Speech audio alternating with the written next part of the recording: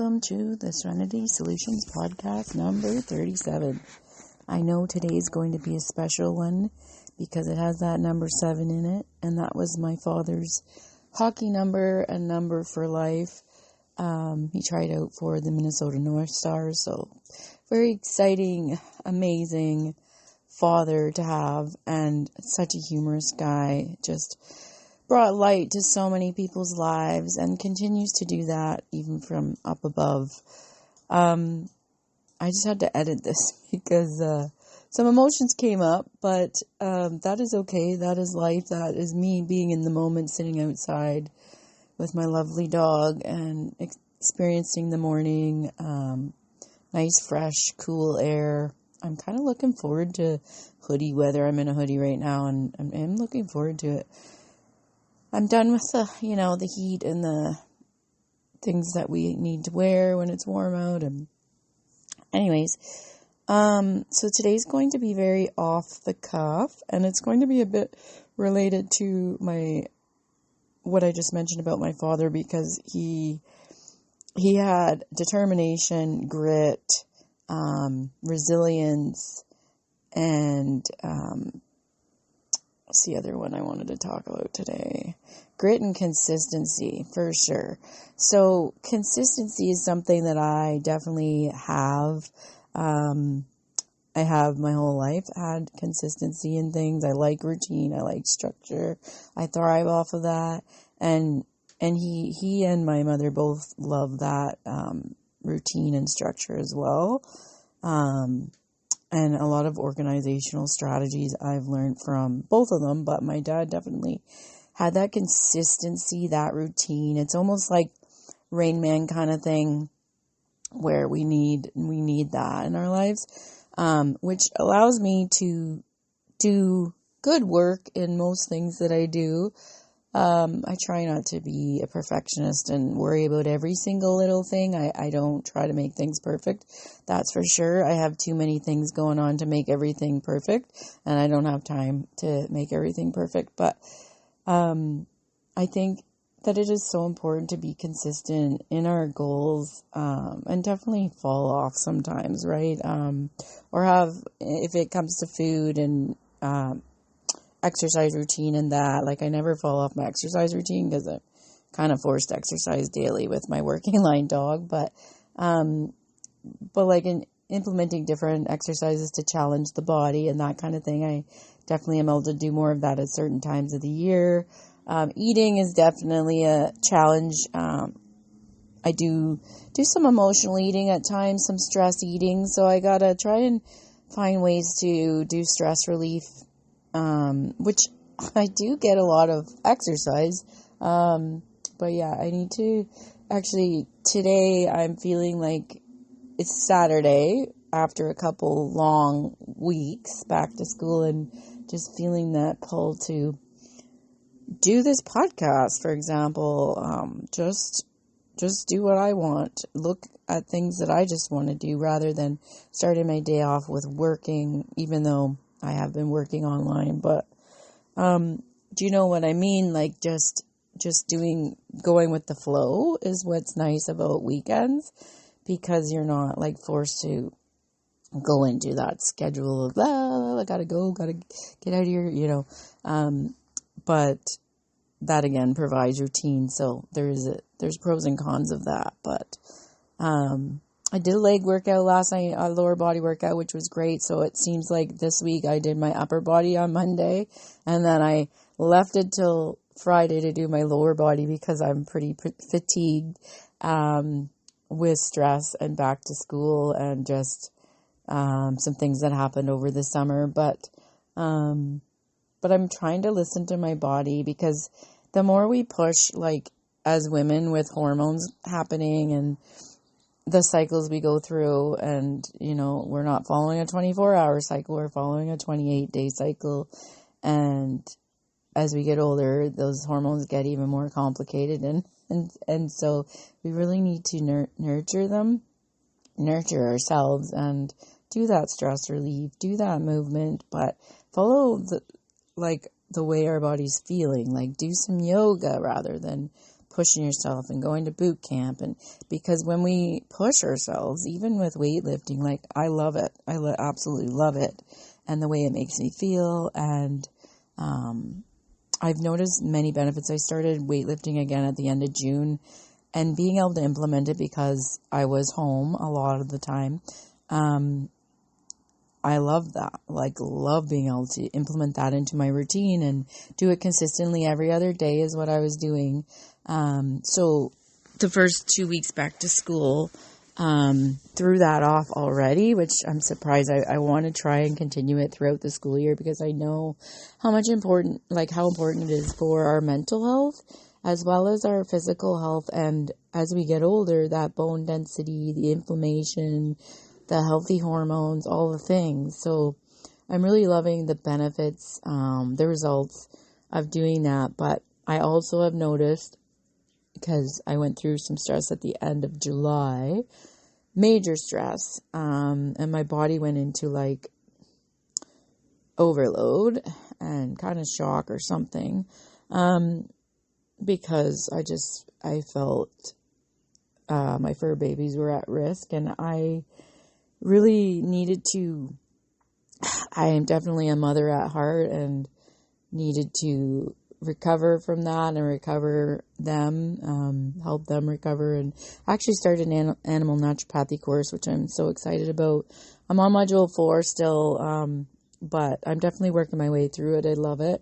And I know that I'll be able to help my animals even more than I already do, but also be able to help people in the future with their animals as well. So yeah, I'm doing everything I can to recover from what happened, and also dealing with family stuff and then my regular life, and then working a full-time school counselor, as well as running 3 active businesses and doing this podcast and having the working line dog. So it's a lot. I don't have human children, but I definitely fill my life up with other things, and I do like to stay busy. But it can be a lot sometimes. And when you work from your phone, you have to put boundaries in, and you have to create those consistent routines. And I find myself, going to the dollar store, getting the organizational helpers, like the calendars and the notebooks and the different things at this time of year, which is always my most productive time of the year, from September till Christmas break, because I'm just so busy. But if my house is never cleaner than it is in September, because I just can't stop moving and getting things done. So I just need to follow that. If I need a break, if I need to just do what I want and not, it's really hard for me to not work. I'm kind of addicted to it. But, because I love working from home. I love working with my animals.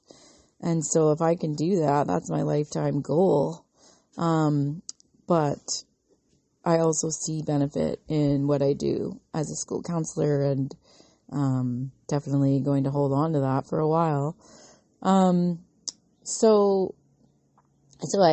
got a lot going on. And one of the things that I'm noticing lately is that other people do not always like when you're successful.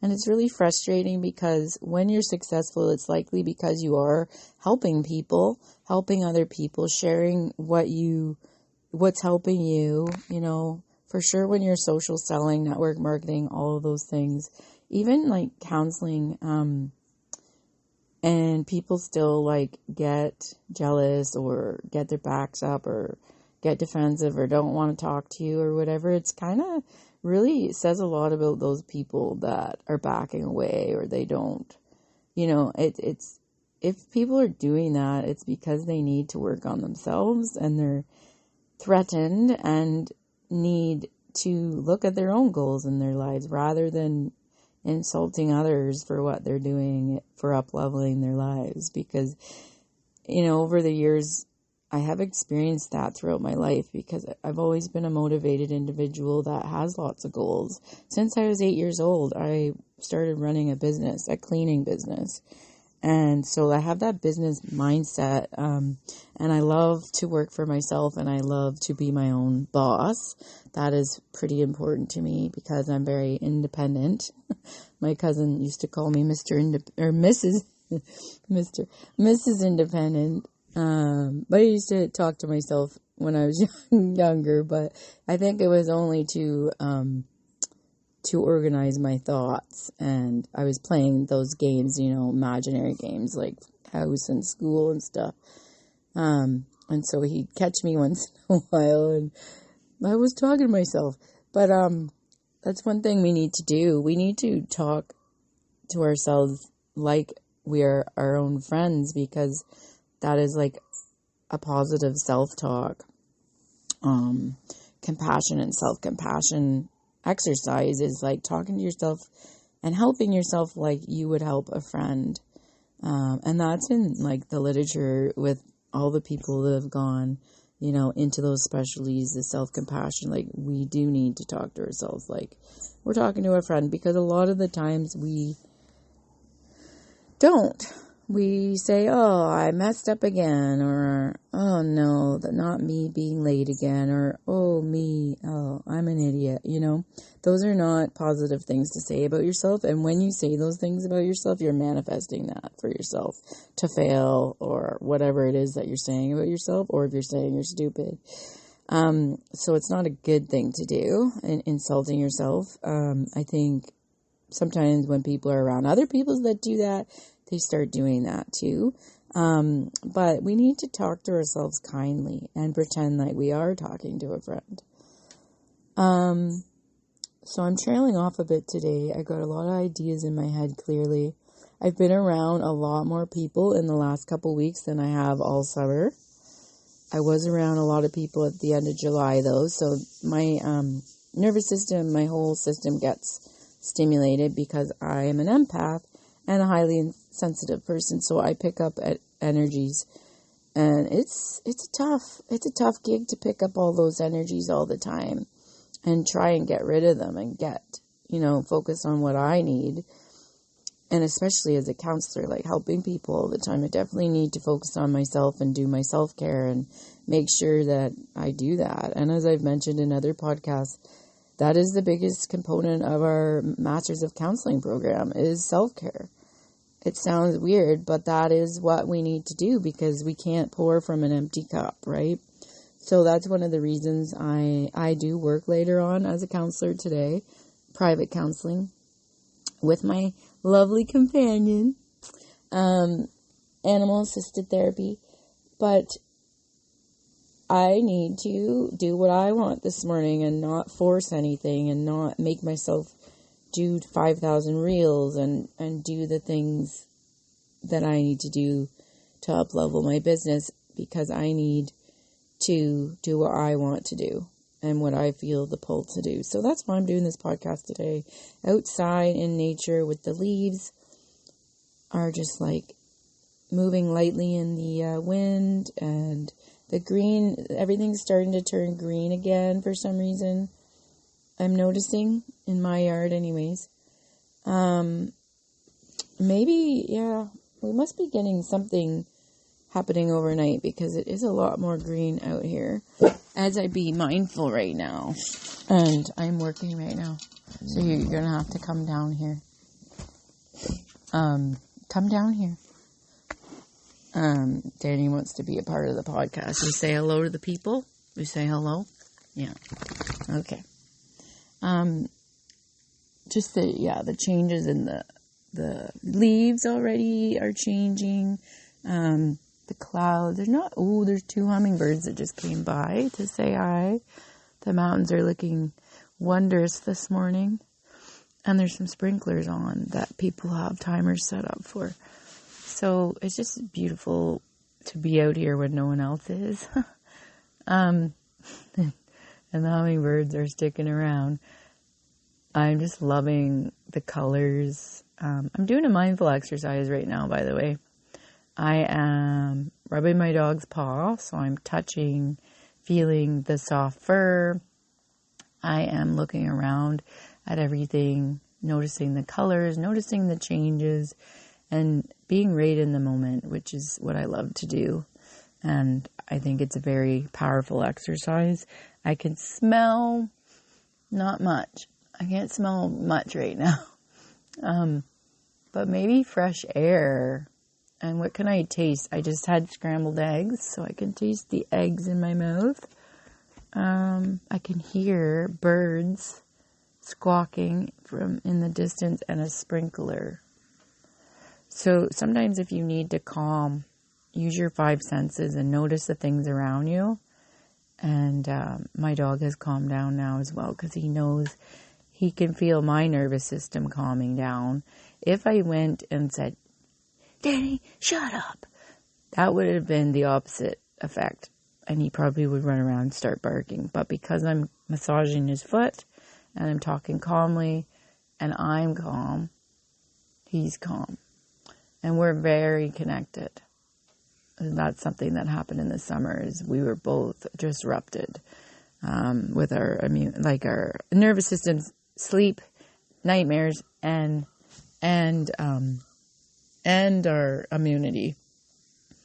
Because when you don't sleep well, your immunity suffers, your cortisol rises, you eat different foods, it causes weight gain. It's brutal. It's unreal how much stress can kill you slowly or fast. Stop it. Nope, these are, I'm trying to be calm right now. You gotta go in the house then. Come on, let's go. You gotta go in the house then. I'm doing this right now. So, yeah, there's a bee that's making him angry.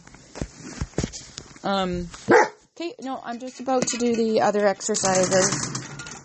So I'm going to do some mindfulness exercises today, even though I just did one. I'm going to do the numerology card pull, and I'm going to do a few stress less exercises, but I do need to bring him in because I can't let him bark outside. So come on in.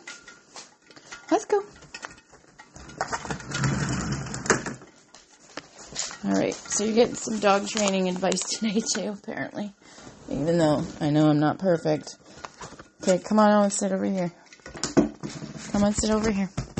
We're moving inside. So, I think I'll do the mindfulness exercise first. And then the the stress less cards, and then the numerology pull. Come sit up here, please. Okay. Lay down. I'm not giving you any more right now. Okay, my book opened to gratitude practice, and I love gratitude, so I'm going to focus on that. I was going to do a gratitude exercise today, but I picked the mindfulness book up instead, but it opened up to gratitude, so that makes sense. So gratitude and compassion. Gratitude and mindful self-compassion can heal and bring peace to you. Gratitude comes when we are mindful, observing the simple beauty in our lives. I'm just going to turn the page. I got to put the treats away, or else he'll ask for them. So I'm just going to do that, and I'm going to start this quiet exercise and hope for the best. So, gratitude practice, write it down. Gratitude and appreciation help us turn towards joy and gladness, which create chemicals of well-being and peace in our whole body. Studies show that the regular practice of gratitude and appreciation, including writing down the experiences you feel grateful for, can lead to better health, less stress, and a more optimistic outlook on life. Find a peaceful spot where you can sit down and write in a notebook and meditate. Give yourself a few minutes and note down all of the things you are grateful for, such as friendships, things about yourself, your body, home, pleasurable memories, and so on. Read through your list and internally give words of thanks to each point you noted. For example, thanks for my beautiful smile. Thanks for my special favorite mug, my last holiday. When you give thanks, really tune into all 5 senses as best you can. Bring awareness to this moment. What are you grateful for right here and now? How does this feel in your body? And where do you feel it? Gently breathe and sit with gratitude for a little while longer.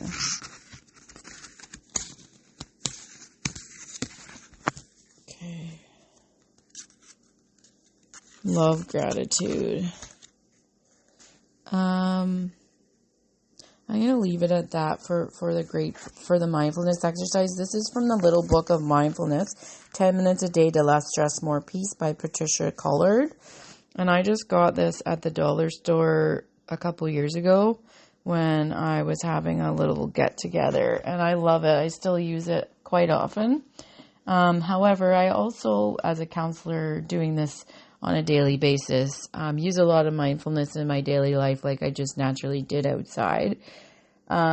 Because as I mentioned earlier, I want to be in the moment. I want to stress less today and let myself kind of just go with the flow until I go to work later on this afternoon. I do look forward to that. It's definitely a different way of doing things, and I love it. With my lovely companion, who's not always lovely, but he is amazing. Okay, so I'm gonna pull a few stress less cards. First one says, have a loud sing along to your favorite song. I do that all the time. And second one is, make regular time to laugh. Find a new TV comedy or watch stand-up comedy YouTube videos. And whoopsie. The last one is, watch an inspiring talk on YouTube. Clearly this stressless deck, I just choose them randomly, want us to watch YouTube today. Maybe that there's something on there that we need to help us. Okay, I'm just going to put these away, and then I'm going to do the numerology pull, and I also do that randomly. And if you're listening today, it may be for you. It'll likely be for me, but it may be for you, listeners as well. And if you resonate, let me know. If you have any feedback or experience anything that this numerology pull talks about. So this is Michelle Buchanan's numerology guidance cards. And I'll just ask the universe, what do we need to know right now? What is going on? What is going to help us? I'm just shuffling the cards, and then I'll do a pull. I'm feeling called to pull in the middle today. And I got number 81, which is leadership. That resonates with me today for sure. Maybe it resonates with you as well. So this is an orange card with a pink star on it, and it's about leadership. I just got to get the guidebook out. That was a big sigh, Danny. It's like I'm wrecking your life or something. Okay, 81. This card indicates a time to lovingly lead and guide others who are less capable than you are. This may apply to your workplace, community, family, or circle of friends. By drawing this card, you are being encouraged to have confidence in your ability to motivate and inspire those who accompany you on your path. This card also indicates a role as a leader in your field. You may choose to rise to the top of your game with your unique talents, or to lovingly lead others to a new and improved way of life. Either way, it's time to step up to the plate and adopt a position of authority, for you have a natural ability to lead. Wow, this is like really resonating today. In order to improve your current situation, you are being asked to adjust to and harmonize with the natural rhythm and cycles of your life, cycles that are encouraging you to be a compassionate leader. Remember, a successful leader leads alongside others rather than from above. Others graciously follow when you have their best interests at heart. So know that it is safe for you to lead the way. And the affirmation is, I lead others and in turn serve a higher purpose. Wow, that's amazing. I am looking at the next page and it says follow your dreams, and I can't help but know that this is also meant for me today, and it could be meant for you as well. So I'm just going to read number 85, which is follow your dreams. This card indicates a time to reach for the stars and follow your dreams, whatever they may be. By drawing this card, you are being encouraged to put your hopes and dreams at the forefront of your mind and to believe without a doubt that they are really coming true. Pay no mind to poverty consciousness, fear, or competition, because the universe is abundant and there is no limitation. Even though you have no control over how or when things will unfold, divine timing and order will ensure that everything serves your greater good. Let go of expectations and embrace the magic in the mystery, for in celebrating the unknown, you will attract synchronistic opportunities. Even when you feel as if success is way beyond your reach, never give up on your dreams, because they really will come true. And that, I'm not done yet, but that leads me back to how I started this whole podcast on grit, consistency, and getting what you want by following that grit and consistency and not giving up and showing up for yourself daily and following those routines and structure and makes you thrive. So that's kind of cool that this is coming up. In order to improve your current situation, you are being asked to adjust to and harmonize with the natural rhythm and cycles of your life. Cycles that are encouraging you to keep following your dreams. Your dreams are already set in motion and are unfolding in perfect timing. They cannot be taken away because they're already karmically etched in stone. And the affirmation is, I reach for the stars and follow my dreams. Isn't that nice? Nice way to start your Saturday. So, leadership and following your dreams is what's coming up. And it's so funny because I was already thinking about both of those things this morning, and I'm feeling them a lot in the last couple weeks, and really noticing that I am stepping into a different part of my life, and it's amazing. And I didn't give up, even though I get rejected all the time.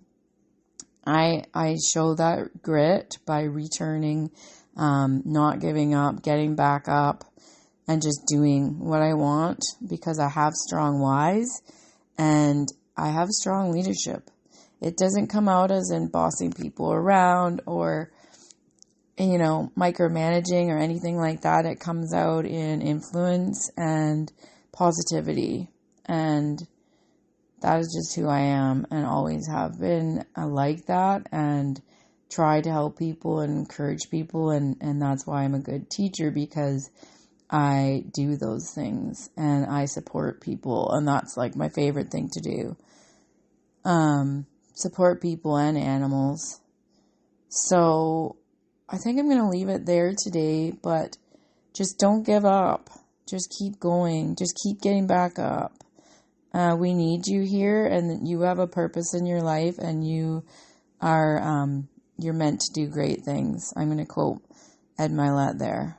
So you're meant to do great things. And I hope you all have a lovely day. Stay calm, serene, cool, and collected. See you next week.